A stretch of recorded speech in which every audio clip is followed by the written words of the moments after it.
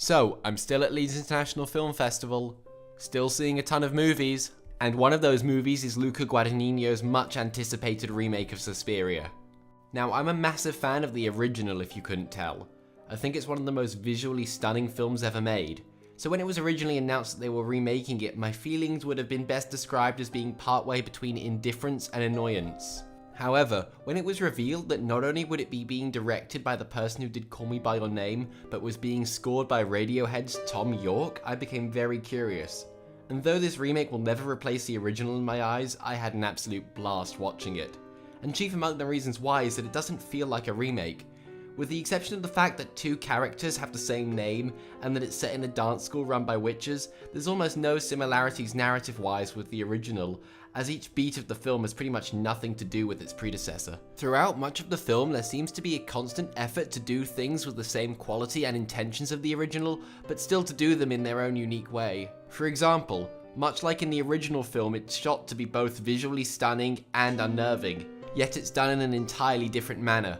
There's no floodlit lighting here, just fantastically set up shots primarily using very bland colours instead.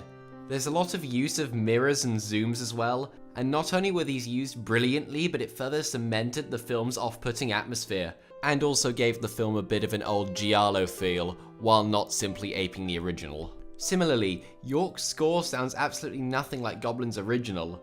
It's less bombastic 70s prog and more mellow and atmospheric, yet does wonders for the film's atmosphere.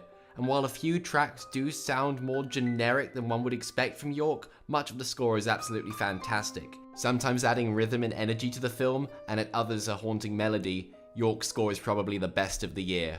The movie's forethought in taking the skeleton of the original and exploring it in a distinct manner was brilliantly extended to the film's gender dynamics as well, as Guadagnino is clearly responding to very gendered criticism of Argento's original. In the book, The Art of Darkness, the cinema of Dario Argento, Chris Gallant writes of Argento's film that, what we are seeing may be narrative told predominantly through female characters, but the structures of voyeurism and fetishism, as well as the controlling voice of the storyteller, are inevitably masculine.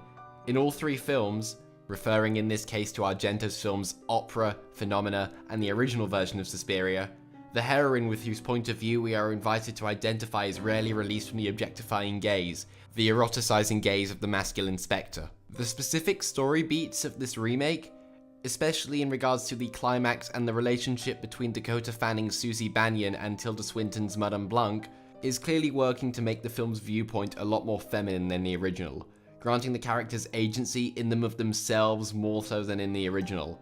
And while I'm personally unsure as to what makes the original film's Susie Bannion anything other than your typical final girl, I still very much appreciate the remake's shift of focus in responding to criticisms such as those formerly mentioned, as it not only further intelligently distinguishes it from its predecessor, but also makes it more of an interesting watch in relation to it. Before finishing, I think I would be amiss not to mention the fact that this remake is indeed a horror movie and, in what was frankly a surprise to me, managed to be just as nasty as the original when it wanted to be. I had heard the phrase slow burn in regards to this film before I saw it, but I honestly have to disagree with that. Despite the film's 2.5 hour long running time, it never feels like you're waiting for the film to pick up. The horrific imagery occurs throughout, and these set pieces are, barring the occasional overt CG that can be distracting from these scenes at times, exceptionally well realized. And the sheer pace of these scenes, I think, will make them engaging for both horror and non-horror audiences alike, with the film's genre climax providing probably my favourite scene in the film since Rooney Mara spent 8 minutes preparing and eating a pie in A Ghost Story. Like I said earlier, this film isn't going to replace the original for me. Its score, production design, lighting and cinematography still stand out in the horror genre like few films do. Despite this, however, this remake will probably end up making my end of year list. Whether you're cynical about the mere existence of this remake or not, I feel like this film is definitely worth seeing and worth seeing in the cinema. And I'm going to give it an 8 out of 10.